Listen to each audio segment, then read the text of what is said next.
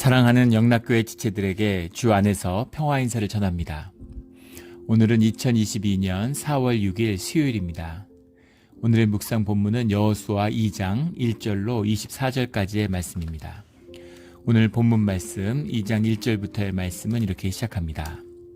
눈의 아들 여호수아가 시딤에서 두 사람을 정탐꾼으로 보내며 이르되 가서 그 땅 여리고를 엿보라 하며 그들이 가서 라합이라는 기생의 집에 들어가서 거기서 유숙하더니, 이제 본격적인 요단강을 건너서 가나안 정복을 앞두고 이제 그 사해 위쪽이죠. 요단강의 가장 끝쪽에 있는 시딤에, 요단강의 동편에서 이제 요단강을 건너서 첫 성 여리고를 정복하기 위한 그 출발선상에 있습니다. 그에 앞서서 정탐꾼을 보냈다, 이렇게 말하고 있는 거죠. 그냥 정탐꾼으로 보내며 이렇게 되어 있는데 그 사이에 케레시라는 말이 빠졌어요. 케레시라는 말이 이제 secretly 이런 말입니다. 몰래 보냈다, 이런 말이죠. 보통 정탐꾼은 다 몰래 보내죠. 정탐꾼을 뭐 공개적으로 무슨 그런 공식적으로 보내는 정탐꾼은 없죠. 근데 왜 몰래 보냈다고 특별히 이걸 강조했을까라고 하는 것은, 이것이 여리고에도 비밀리 보낸 것이지만 동시에 이스라엘에게도, 히브리 사람들에게도 비밀리 보낸 것이다 라는 뜻이 담겨 있는 겁니다. 그 이유는 당연하겠죠. 우리 민수기 13장에 나오는 가데스에서 모세가 12정탐꾼을 보냈는데 12정탐꾼이 돌아와서 딴소리들을 다 하는 거죠. 그리고 우리는 메뚜기 같다, 이런 얘기를 하면서 그 좌절되고 큰 불안감을 그 공동체 안에 퍼뜨립니다. 확산시켜요. 마귀의 역사가 이제 끼어든 것이죠. 그 일을 경험했던, 같은 정탐꾼 한 명으로 갔다 왔던, 바른 보고를 했던 여호수아는 정탐꾼의 위험성을 잘 알고 있는 거죠. 그래서 정탐꾼을 보내는데, 그런데 이제 두 명을 보내죠. 두 사람을 보내는 이유는 두 사람이 증인이기 때문입니다. 한 사람이 갔다 와서 자신의 편견이나 경험 안에 갇힐 수가 있잖아요. 두 사람이 보냈다라고 하는 것은 또 주님 앞에 증인이 되는 것이죠. 그래서 분명히 하나님 앞에서 자신들이 본 진실과 사실을 보고하는 증인의 의미가 이 두 사람한테 있는 겁니다. 두 사람을 보내고, 그리고 그들을 몰래 보내서 여리고 물론이고 당연한 것이고, 유다 사람들, 이 유대의 백성들, 히브리의 백성들도 모르게 그렇게 그 내막을 잘 살피는 거죠. 그래서 지혜가, 여호수아의 지혜, 하나님 안에서의 지혜가 있음을 이제 보게 되는 겁니다. 그 땅과 여리고를 엿보라 하며 그들이 가서 라합이라고 하는 기생의 집에 들어가서 거기서 유숙하더니, 기생의 집이라고 해석을 했는데 기생의 집이 맞는 해석이겠죠. 이 기생이라는 말이 조나라는 말이에요. 근데 이 기생의 집에서 이제 라합의 정체가 뭐냐?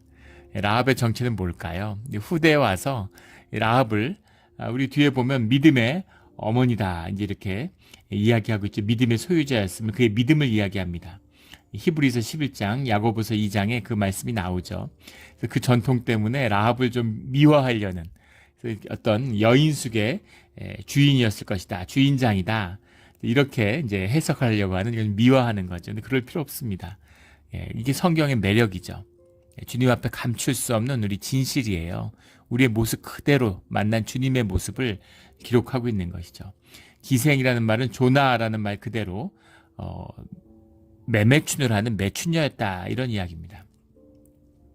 야고보서와 히브리서 11장, 야고보서 2장에도 이걸 포르나라고 해석을 했어요. 포르나라는 말에서 우리 포르노그래피가 나왔다는 게 이제 나눈 적이 있죠. 이 매매춘을 하는 사람들이에요. 물론 여인숙의 역할도 하는 겁니다. 하지만 여인숙의 역할이면서 동시에 매매춘의 역할도 같이 하고 있는 것이죠. 그 집에 들어가서 거기서 유숙하더니, 이 유숙했다라고 하는 이 의미가 이시케브라는 말인데, 이시케브라는 그 말의 이제 원형이 샤카브라는 말이죠. 이제 들어눕는다라는 라이 다운이라는 말인데, 이 이시케브라는 말의 해석을 두고서 이 정탐꾼이 라합과 같이 잤다, 이렇게 이야기를 해석하는 경우도 있습니다. 근데 그건 맞지 않는 것 같아요. 또 왜냐하면 8절에도 그들이 눕기 전에 라합이 지붕에 올라와서 라는 표현이 나오기 때문입니다. 여기 눕기 전에 라는 말도 이시카번이라는 말인데 이시카부하고 같은 말이에요. 그래서 여기서의 유스카더니 라는 말은 그냥 잤다는 이야기로 보면 되겠습니다. 그리고 정탐꾼이 지금 중요한 민족의 명운이 갈린, 잘못 들어갔다가는 큰일 나죠. 서로를 몰라요. 얼마나 두렵겠습니까? 물론 이들이 가서 여리고의 두려움을 받죠. 그런데 둘 다 모른다는 그 두려움 속에 휩싸여 있는 겁니다. 누가 두려움을 어떻게 마주하느냐, 두려움의 진실을 누가 마주할 수 있느냐라는 걸 잘 보여주고 있는 거죠. 여리고는 두려움 앞에 무릎을 꿇고, 그리고 이스라엘은 이 두려움을 주님 안에서 극복하는 것이죠. 둘 다 두렵긴 마찬가지입니다. 그 두려움 속에서 여리고에 왔는데 거기서 무슨 매춘을 하며 놀아났다 이런 건 생각하기 어렵겠죠. 그래서 이것은 그냥 잤다고 보는 것이 맞을 것 같습니다. 2절에 어떤 사람이 여리고 왕에게 말하여 이르되 보소서 이 밤에 이스라엘 자손 중 몇 사람이 이 땅을 정탐하러 이리로 들어왔나이다. 광야에서 40년을 돌았고 거기서 또 전쟁을 해가지고 이기는 그런 모습도 이제 소문을 통해서 들었겠죠. 소문이 40년이 지났는데 애굽에서 있었던 이런 이야기들을 다 전해 들었을 겁니다. 옛날에는 뭐 방송 매체가 없고 그러니까 미디어가 없으니까 소식 전달이 늦었을 거라고 생각한다면 큰 오산이죠. 오히려 소식 전달이 더 잘 됐다는 거죠. 지금 소식 전달이나 공유가 잘 안 되는 이유는 미디어가 너무 홍수기 때문입니다. 사람마다 다 수많은 폭포수처럼 쏟아나는 정보 속에 있기 때문에 이 정보 저 정보 관심 없는 건 아예 모르고 자기가 좋아하는 미디어에만 속해 있고 이래서 알 수 없는 거죠. 우리 요즘에는 무슨 드라마 같은 거 시청률이 뭐 2% 1%만 돼도 막 성공했다 그러고 5% 되면 난리 나잖아요. 근데 예전에 7, 80년대 드라마 같은 거 시청률 뭐 70% 80% 나왔어요. 매체가 없으니까 미디어가 단순하기 때문이죠. 예전에는 소설책 같은 게 200만 부 팔렸습니다. 그 미디어 같은 거 음반에서 음악 발표하면 200만 장 팔리는 한국같이 작은 시장에서도 그런 조그만 마켓에서도 200만 장이 팔리는 게 나왔어요. 근데 지금은 무슨 세계적인 톱스타가 돼도 한국에서 음반 같은 거 판매하면 음원 판매 같은 거 하면 다운로드 많이 해봐야 5만이면 베스트셀러고 대단한 것이죠. 그래서 이 미디어가 단순할수록 이 시대의 이야기가 얼마나 빨리 퍼졌을까라는 걸 생각해 보면 이 또 약간 과장되고 더 부풀려졌겠죠. 그래서 이 이스라엘의 이야기, 애굽을 나온 이야기, 이런 이야기들이 아마 삽시간에 팔레스타인에 퍼져 있었을 것입니다. 거기다가 물론 현실적으로는 실제적으로는 거의 다 독립국가들, 여리고도 마찬가지죠. 여리고 왕도 독립왕국의 왕처럼 했지만 큰 외형상으로는 다 애굽의 지배를 받는 애굽의 왕의 지배 아래 놓인 지역입니다. 애굽 왕에서 애굽 세계에서 인구의 거의 절반에 육박했던 그런 히브리 사람들이 나왔다. 애굽에 실제적인 일을 하고 실제적인 노동력을 다 공급했던 그런 히브리 민족이 나왔다라는 것을 이야기를 듣고 거기에 굉장히 민감했겠죠. 아멜렉 족속을 싸워서 이긴 이야기, 이런 이야기들이 퍼져오면서 그런 소문이 났으니까 아멜렉 족속이 팔레스타인 지방으로 내려왔겠죠. 광야로 내려와서 그걸 넘어서 광야로 내려와서 이스라엘과 싸우려고 했던 것처럼 그런 소문이 퍼져 있어서 거기 굉장히 예민하게 반응하고 있다라는 걸 알고 있는 거죠. 정탐꾼이 들어왔다라는 보고를 하는 겁니다. 3절에 여리고 왕이 라합에게 사람을 보내어 이르되 내게로 와서 내 집에 들어간 그 사람들을 끌어내라. 그들이 이 온 땅을 정탐하러 왔느니라. 끌어내라 이렇게 해석을 했는데 뭐 굳이 라합이 끌어낼 필요 없겠죠. 누군지를 알면 그러면 병사들이 끌어내면 되는 것이죠. 호이씨라는 호씨라는 말인데 밝혀라 이런 말입니다.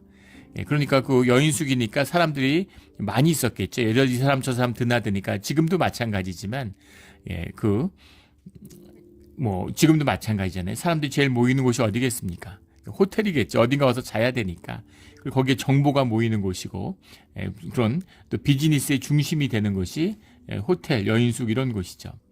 거기에 누가 왔다 갔는지, 그 중에 누군지 너는 낌새를 차리지 않았겠느냐. 이방인들이 많이 들어왔다 나갔다 하겠죠. 그런데 너는 눈치를 채지 않게, 너는 들은 얘기가 있지 않겠느냐. 네가 아는 게 있으면 밝혀라. 이렇게 이야기하는 거죠. 그러자 4절에 그 여인이 두 사람을 이미 숨긴지라 이르되 과연 그 사람들이 내게 왔었으나 그들이 어디에 왔는지 나는 알지 못하였고 그 사람들이 어두워라는 건 해질녘을 말하는 거죠. 성문을 닫을 때쯤 되어 나갔으니 어디로 갔는지 내가 알지 못하나 급히 따라가라. 그리하면 그들을 짜라 잡으리라 하였으나 굉장한 그 담력과 지혜를 가진 여인이다라는 걸 알 수 있습니다. 왕 앞에 불려나갔는데 이렇게 담대하게 저는 그냥 모릅니다 라는 의심을 받을 수도 있는데 거짓 정보를 준 거죠. 그리고 왔는데 지금 어디 있는지 모르겠습니다. 그러면 당장에 그 집부터 수색했을 텐데 성문을 나갔다라고 얘기하고 확신에 차서 얘기하니까 그러니까 자기 편인 줄 알고 그들을 쫓아서 따라잡으라 이렇게 조언까지 해주는 겁니다. 이게 이제 결코 쉽지 않죠. 이걸 자연스럽게 얘기한다는 게 쉬운 일이 아니죠. 제가 예전에 89년, 90년 이럴 때 군에서 복무했는데 국방부 산하에 있는 합동조사단, 지금은 뭐 중앙조사본부 이렇게 이름이 바뀌었을 텐데 군의 최고 수사기관이죠. 근데 그때는 이제 뭐 군사정부, 민간정부였지만 군사 정권에 그런 영향이 계속 있을 때잖아요. 그 군대가 셀 때입니다. 그런데 그때 범죄와의 전쟁을 정부가 선포했어요. 그래가지고 대대적인 부패와의 전쟁을 선포했는데 사정기관들이 사정을 대대적으로 했습니다. 저희 수사기관에서도 뭐 뇌물을 수수한 부패 공무원들을 척결한다고. 근데 부패한 공무원들에게 돈을 줬다는 증언이 필요하잖아요. 그래서 사업하는 사람들을 계속 연행해 오는 거예요. 잡아들이는 겁니다. 근데 그 시절에 지금은 상상도 못할 일이죠. 새벽에 가서 수사관들이 있다가 아침에 출근하려고 나오는 기업 회사 대표 이런 사람들 그냥 연행해 와요. 임의 동행이죠. 영장도 없이 그냥 데려오는데 대부분 다 이제 끌려오는 거죠. 근데 그 기업 대표들이 오면 이제 뇌물을 누구한테 줬는지 밝혀라 이런 식으로 니제는 네가 알렸다 이런 거죠.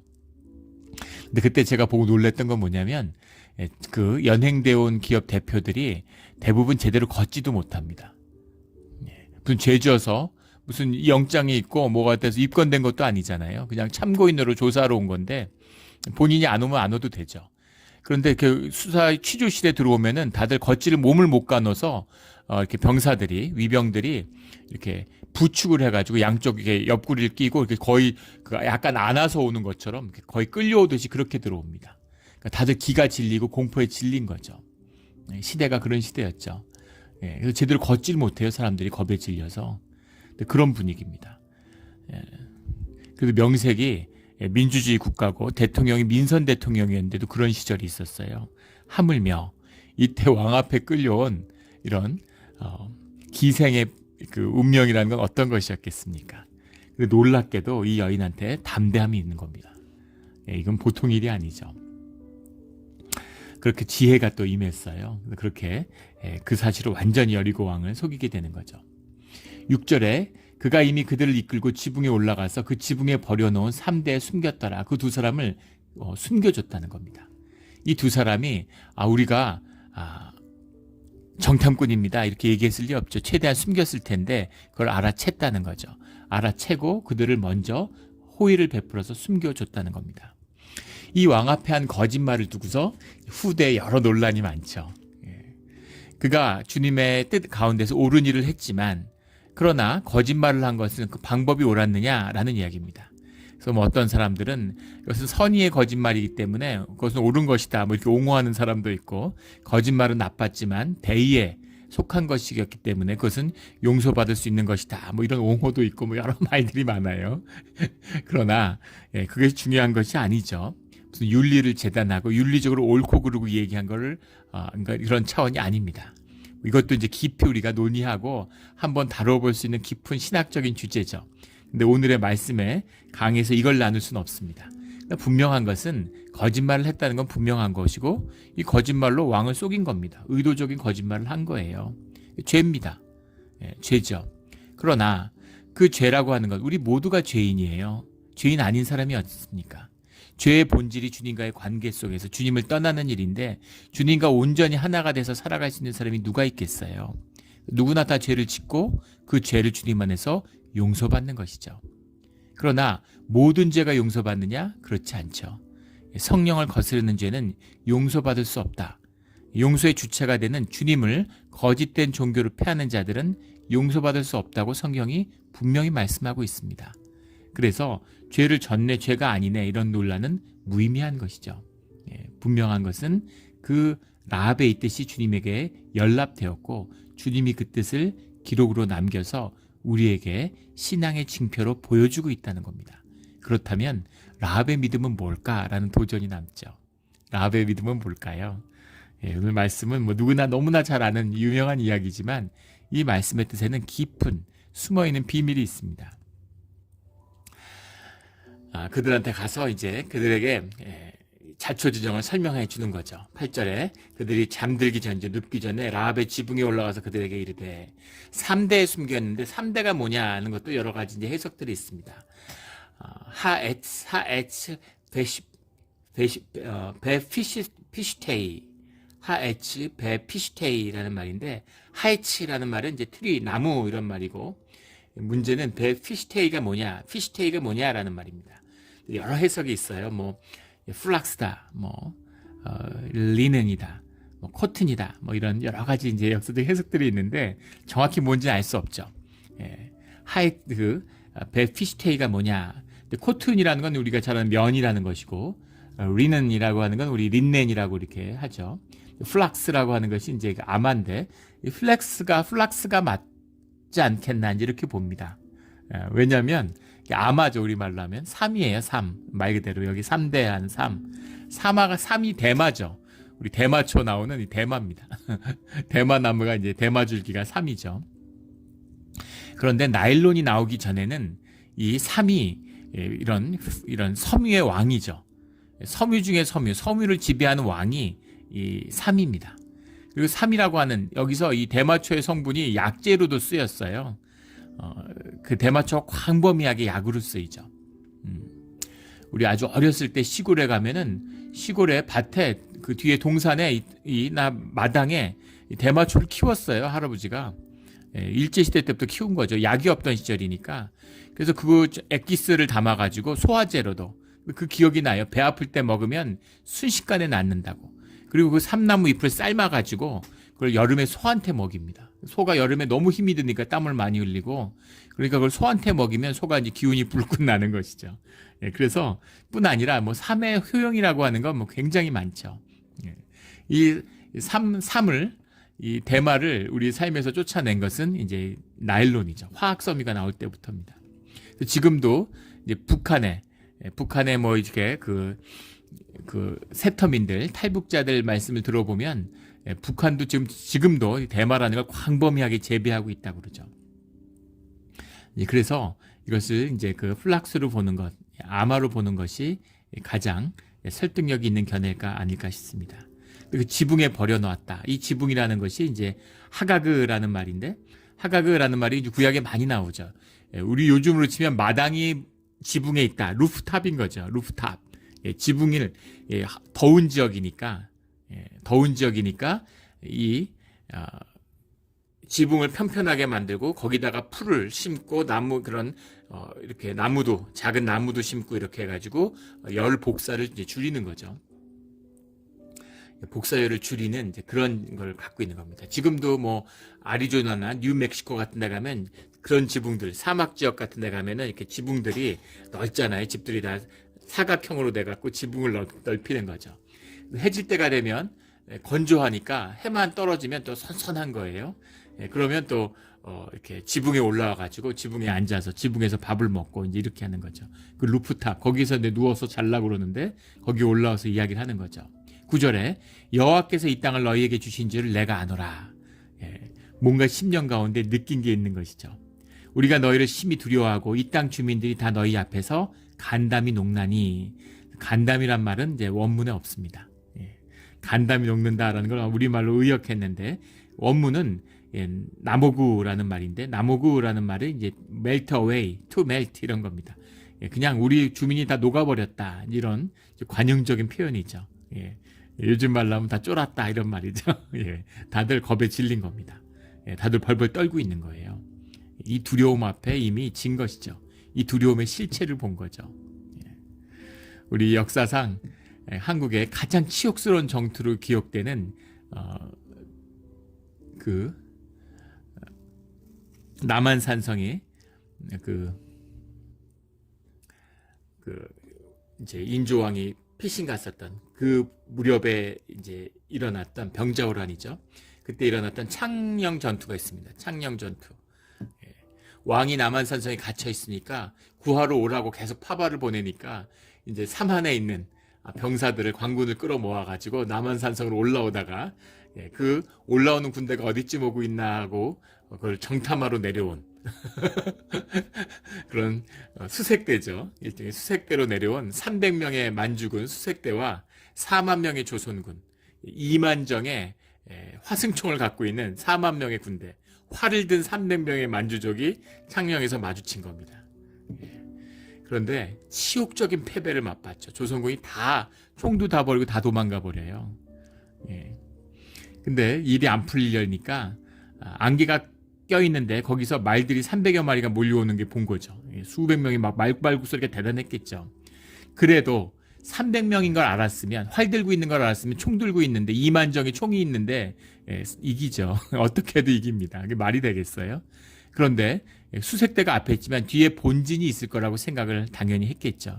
상식적인 이야기입니다. 근데 사실 본진이 없었는데 그건 뒤에 한 거지, 본진이 있을 것이라고 생각을 했겠죠. 안개가 끼니까 적이 보이지 않아서 사실 300명인지 3000명인지 구분이 안 되는 겁니다. 거기다 화승총에 불을 당기는데 기다려야죠. 근데 두려움에 빠지니까 지휘가 개통이 쓰질 않는 거예요.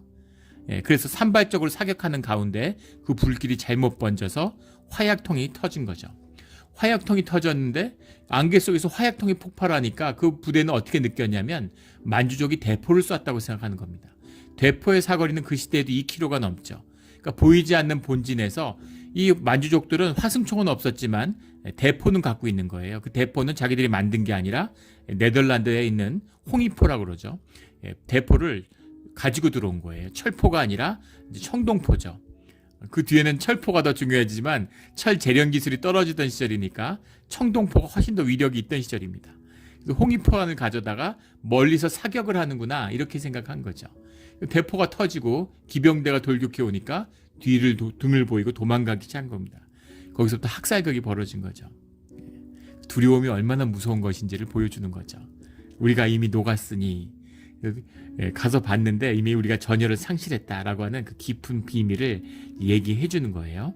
10절에 너희들이 애굽에서 나올 때 여호와께서 행하신 일들과 너희가 그 아모리 사람들에게 행한 일, 전멸시킨 일 우리가 이미 다 들었다 이렇게 얘기하는 거죠. 11절에 우리가 듣자 곧 마음이 녹았고, 여기서 마음이라고 하는 건 루아흐라고 하는 영혼이, 심령이 마음이 녹았고의 마음은 레바베누라는 말이네요. 레바베누라는 말은 내장이란 말이죠. 내장, 우리 내장이 녹았고 우리 마음이라고 해석해도 됩니다. 심령이 내장에 있었다고 믿었기 때문에 폐에 있다고 믿었죠. 숨을 쉬니까 그 뒤에 정신을 잃었나니 할 때 정신이 루아흐죠. 정신을 잃었고 마음이 녹았다. 녹았다라는 건 바이이마스라고 하는 말인데, 이게 우리 이제 개혁 한글을 개혁 개정의 문제인데, 뒤에도 우리 9절에도 녹나니 여기도 녹았고 하는데 다른 말이에요. 위에 녹나니라는 건 남하고라고 해서 녹는다는 표현이 맞는데, 여기서 마음이 녹았고라고 하는 말은 바이마스라고 하는 말은 절망했다 이런 뜻입니다. 원문이 틀리면 우리말도 다르게 해석을 해야죠. 이게 원칙인데 그게 좀 벗어났어요. 마음이 녹고 정신을 잃었다 이렇게 얘기하는 겁니다. 그리고 중요한 고백을 하는데, 너희의 하나님 여호와는 위로는 하늘에서도 아래로는 땅에서도 하나님이시니라, 이런 놀라운 선포를 하는 것이죠. 라합이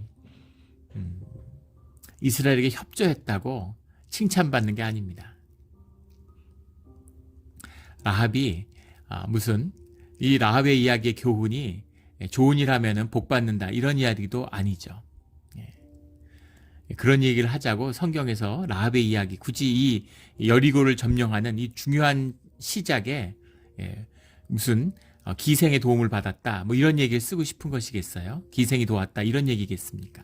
그런 이야기가 아니라 이 이방 여인, 거기다 몸을 파는 기생이에요. 그런데 그에게 믿음이 있는 여인이 여리고에 있었다라는 게 중요한 것이죠.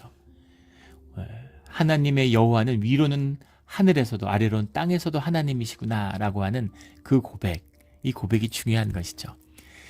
예수님은 살아계신 하나님의 아들, 그리스도십니다라는 베드로의 그 고백 위에 주님이 교회를 세우겠다라고 말씀하셨죠. 그 이 고백이 중요한데 라합의 입에서 놀라운 고백이 터져 나온 거예요. 이것이 믿음의 비밀입니다. 라합은 어떻게 이런 믿음을 가졌을까? 성령의 역사고 주님의 역사죠. 믿는 자들이 이 땅 가운데 주님이 세우신 뜻 가운데 있다는 겁니다. 주님, 나 위에는 아무도 주님을 이제 섬기지 않습니다. 근데 주님이 믿음의 사람 7,000명을 남겼다. 이렇게 말씀하시는 그런 역사인 거죠. 주님이 어딘가에 주님의 사람들을 세워요. 남은 자의 역사가 있다는 겁니다. 그런 역사들이 우리 교회사 가운데서도 보게 되는 거죠. 우리 대한민국의 조선의 최초의 교회는 우리 잘 아는 것처럼 소래교회입니다. 황해도에 있는 교회, 소래마을에 세웠던 소래교회. 이게 사라졌다가 지금은 거기다 그걸 다시 이제 세웠다 그러죠. 북한을 돕는 선교사분들, 돕는 단체들이 북한을 많이 방문하는데 소래교회 가보고 싶어 하는 거예요. 그러니까 북한 당국에서 이게 굉장히 중요하구나 하고 자각을 해서 황해도 소래에다가 소래교회를 다시 세운 거죠. 소래교회가 거기 있다 그래요. 소래교회가 처음으로 세워진 거는 이제 83년입니다. 첫 예배가 드려진 게 5월 16일이었는데 그게 이제 한국에서 이게 중요한 건 최초의 교회가 어디냐 뭐 이런 거죠. 인천 내립교회, 정동 제일교회, 세문안교회 이런 것이 지금 남한에 남아있는 가장 오래된 교회들이죠. 다 2년 늦은 소래교회보다 1885년에 세워졌는데 창립 기념 예배를 드린 날짜가 또 아주 예민합니다.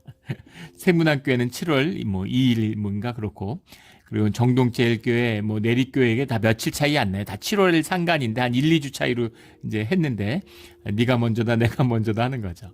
근데 이제 세문안교회가 의미가 있는 건 그 뒤로부터 2년 뒤에 1887년에 장로 두 분을 세움으로 한국 최초의 조직교회가 되는 거죠.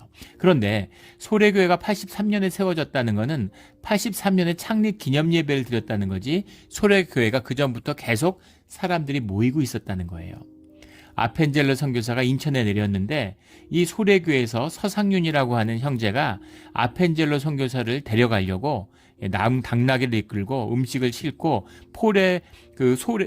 인천의 그 포구에서 소래교회로 모셔가려고 아펜젤러 선교사를 기다리고 있었어요. 그래서 아펜젤러 기록에 보면 아펜젤러 선교사가 이제 소래교회까지 당나귀를 타고 잘 간 겁니다. 가니까 교인들이 이미 교회도 세워져 있고 교인들이 있는 거죠. 아펜젤러 선교사가 교회를 세운 게 아니라 예배를 창립 기념 예배를 인도했지만 이미 그곳에 믿음의 공동체가 있었다는 거죠. 이 서상윤의 형제, 그 가족들이 주축이 돼서 교회가 있었는데 서상윤이라고 하는 이 형제도 홍삼 장사를 했다고 그러죠.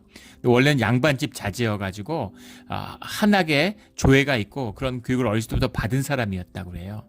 중국에서 받은 중국 선교사에게서 받은 그런 성경을 가져다가 번역을 해서 한문으로 된 성경을 번역해서 한글 성경을 이미 가지고 한글 성경을 읽고 있었다는 겁니다. 그 서상윤은 이응찬인가 그렇죠. 맥킨타이어라고 하는 중국의 선교사에게 복음을 받은 이응찬이라고 하는 형제를 통해서 복음을 듣고 맥킨타이어에게 세례까지 받은 사람이죠. 그를 통해서 성경을 받아서 성경 공부를 하고 교회가 세워 있는데 우리도 좀 선교사님 있었으면 좋겠다. 우리도 목사님이 있었으면 좋겠다라고 그렇게 그걸 찾다가 이제 선교사님이 온다는 얘기를 듣고 인천까지 가서 모시고 온 거죠. 그래서 그 유명한 말씀이잖아요. 아펜젤러 선교사가 나는 조선에 씨를 뿌리러 온 것이 아니라 추수하러 온 것이었다라고 하는 고백을 하게 되죠. 이미 복음의 씨앗이 퍼져가지고 선교사들이 발을 디뎌서 복음이 전포된 게 아니라 이미 믿음의 사람들이 있는데 그걸 와서 추수하는 교회가 조직교회가 되고 창립 기념일을 세우고 거기에 장로님을 세우고 이런 사역들이 일어나게 되는 거죠. 그것처럼 여리고에 이미 주님의 믿음의 주님의 딸 주의 자녀가 여리고에 있었다는 겁니다. 그럼 이 사람을 어떻게 만나게 됐을까? 이 이스라엘이 이 여호수아가 주님과의 올바른 관계, 주님의 뜻 가운데 있으니까 주의 형제의 삶의 연합이 일어나는 거죠. 서로 지금 원수지고 전쟁하기 직전인데 여리고에 속한 사람과 그리고 이스라엘에 속한 사람이 주님 안에서 하나가 되었다라는 겁니다. 이게 이 말씀의 비밀이에요. 이게 하나님의 역사입니다. 예전에 제가 그 신학교에 있을 때 저희 교회 오기 몇 년 전이죠. 그때 제가 여기 이제 그 설교 목사도 오고 그랬는데, 설교 목사로 오고 그러니까 그때 여기 교인분들이 찾아오셔서 저희 교회 좀 담임으로 오시면 안 되느냐고. 근데 제가 그걸 여러 번 거절했습니다. 거절했던 이유는 청빙이 교회 갈등의 원인이 되어서는 안 되고, 그 다음에 교회가 한 마음이 돼서 청빙을 이루는 것이 더 중요하다, 이런 말씀의 뜻을 이렇게 전했던 기억이 나요.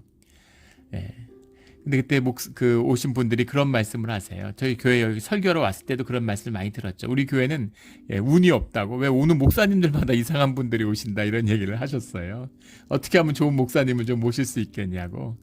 그래서 제가 좋은 목사님을 부르려고 하지 말고 교회가 좋은 교회가 돼야 된다, 이런 말씀을 드렸습니다. 교회가 주님의 뜻에 맞는, 주님의 뜻에 합당한 그런 건강한 공동체가 되면, 진실한 믿음의 공동체가 되면 좋은 분들, 주위의 사람들이 함께 모이게 돼 있어요. 교회의 비밀입니다.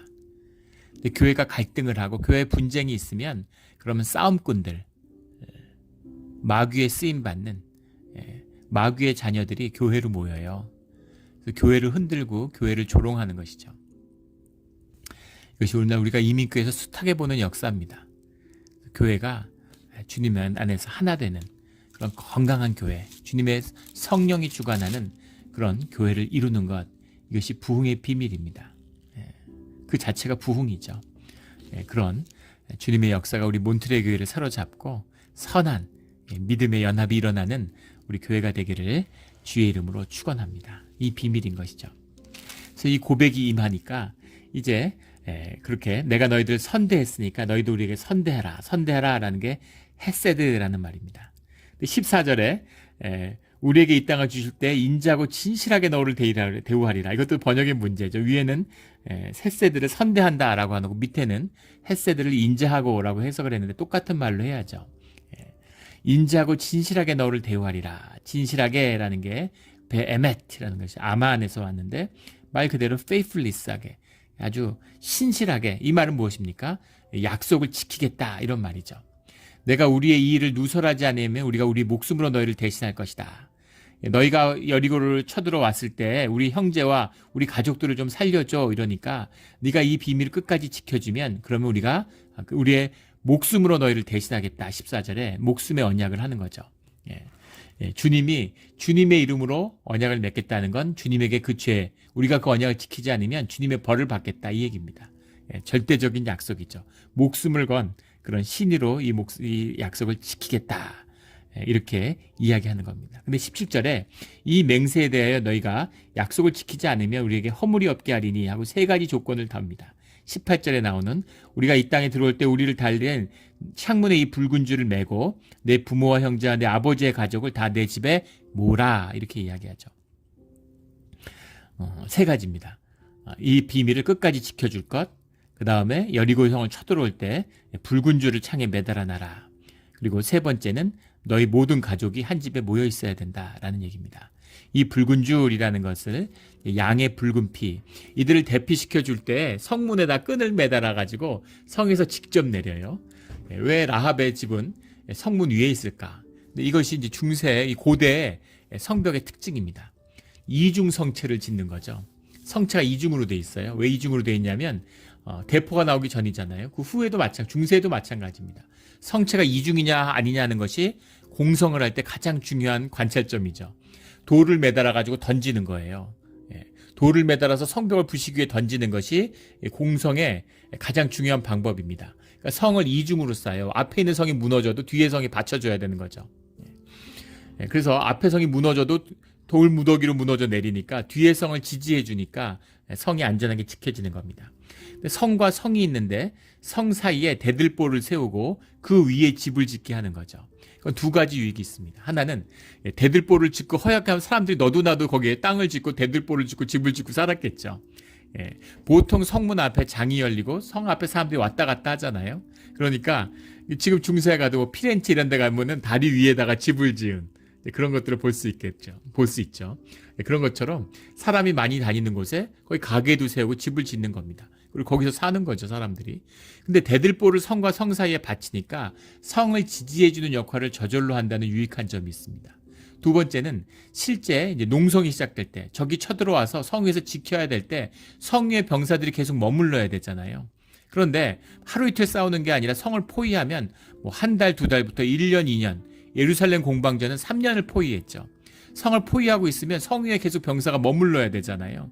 그런데 그 성 위에 집이 있으면 그 집에서 전 유사시에 그 집에서 음식도 할 수 있고 거기 병사들이 들어갔다 잤다 나올 수도 있고 전부 다 공출을 할 수가 있죠. 그래서 일거삼득의 효과가 있는 겁니다. 그걸 허용하는 거죠. 그래서 성과 성이 있고 그 성 사이에 대들보를 짓고 그 위에 집들을 지어서 그 앞으로 사람들이 성 위로 다니도록 만드는 그런 주거 형태, 성문의 형태를 가지고 있는 겁니다. 그러니까 그 집에서 바로 밧줄을 내려서 성 밖으로 내려올 수 있었던 것이죠. 붉은 줄을 메고라고 하는 것이 이제 후대에 와서는 이것이 양의 붉은 피, 왜 붉은 줄이었을까? 왜 붉은 줄이었겠어요? 물론 뭐 눈에 잘 띄라고 하는 것도 있었겠지만 그들이 붉은 양의 피를 바른 문설주를 통과함으로 목숨을 구한 6월절의 기억들이 중심에 있잖아요. 그러니까 붉은 줄을 매달으면 이것은 살려둬야 된다라는 의미가 무엇인지를 상징적으로 금방 그 표상을 바로 이해할 수 있었겠죠. 그래서 구원의 상징이 이 붉은 줄이다라는 걸 알 수 있습니다. 또 중요한 것은 가족을 다 내 집에 모으라, 이것을 초대 교부였던 오리게는 이것이 교회의 표상이다 이렇게 이야기를 하죠. 이 심판의 때 살 사람이 다 모여있는, 구속된 사람들이 모이는 곳, 한 집에 모여 있어라, 이것이 교회다. 그래서 우리가 교회에 모여 있어야 되는 겁니다. 이 말세 때 교회에 모여 있어야 되는 뜻이 여기 있다, 이렇게 해석을 하는 거죠. 내 아버지의 가족을 다 내 집에 모으라 라고 하는 것, 이것이 우리 믿는 사람에게 주어진, 언약의 사람에게 주어진, 구속된 사람들에게 주어진 주님의 명령이다, 이렇게 받아들이는 거죠. 우리 내 아버지의 가족을 다 집에 모으는 우리 모두가 되기를, 다 모여있는 우리 모두가 되기를 주의 이름으로 축원합니다. 19절에 그의 피는 우리의 머리로 돌아오려니와, 레위기 20장에 나오는 언약의 맹세죠. 이 약속 안 지키면 우리가 생명으로 지키겠다, 생명으로 갚는다, 이 말이죠. 목숨을 걸고 지킨다라는 약속을 하는 것입니다. 주님의 사람이니까 주님의 이름 가운데 같이 약속을 하는 거죠. 이것이 신뢰의 기초입니다. 사람을 어떻게 믿어요? 처음 본 사람인데, 이방 사람인데, 거기다 매춘녀입니다. 여인숙에서 사는 여자예요. 뭘 보고 믿겠어요? 세상에 믿지 말아야 할 사람을 순서대로 세우면 제일 앞에 서 있을 사람 아니겠습니까? 그런데 그를 주님을 믿는 사람이기 때문에, 주의 고백이 있기 때문에 주 안에서 믿는 것이죠. 주님의 이름으로 언약을 세우는 거예요. 그리고 이것을 주님이 선한 약속으로 남기고 계신 겁니다. 이방인하고 말도 섞지 말라고 그랬는데, 그런데 이방인하고 그리스도의 이름으로 언약을 맺었다? 율법적으로 어떻게 그럴 수가 있어 하고 문제 삼을 수 있는 건데, 그건 종교의 짓이죠. 살아계신 주님 안에서 이 일이 선한 일이었음을 성경이 증거하고 있는 겁니다. 24절에 여호수아에게 이르되 진실로 여호와께서 온 땅을 우리 손에 주셨으므로 그 땅이 모든 주민이 우리 앞에서 간담이 녹더이다. 여기도 간담이란 말은 없고 남하고라는 말이 다시 나오죠. 이들이 와서 여호수아에게 담대하게 고백하는 겁니다. 우리가 이겼습니다. 그들은 이미 졌습니다. 그들은 공포 때문에 다 녹아버렸습니다. 이미 여리고는 우리 겁니다. 이런 확신에 찬 보고를 함으로 이스라엘이 얼마나 자신감을 좀, 이 순간 두려움이 다 날아갔겠죠. 정탐으로 승리한 겁니다. 그런데 만약에 라합이 여리고 왕의 첩자였으면 어떻게 됐을까요? 정탐꾼이 정탐을 잘하고 온 걸까요? 여리고의 방첩 태세는 아주 완벽했습니다. 들어가니까 바로 알아요. 그리고 그들을 추적당해서 붙들렸으면 어떡할 뻔했어요. 라합 때문에 살았지만 사실은 완전히 실패한 정탐이죠. 그리고 정보를 거기서 두루두루 다니면서 취합한 게 아니에요. 가자마자 쫓겨왔고 그 모든 정보를 라합에게서 얻었습니다.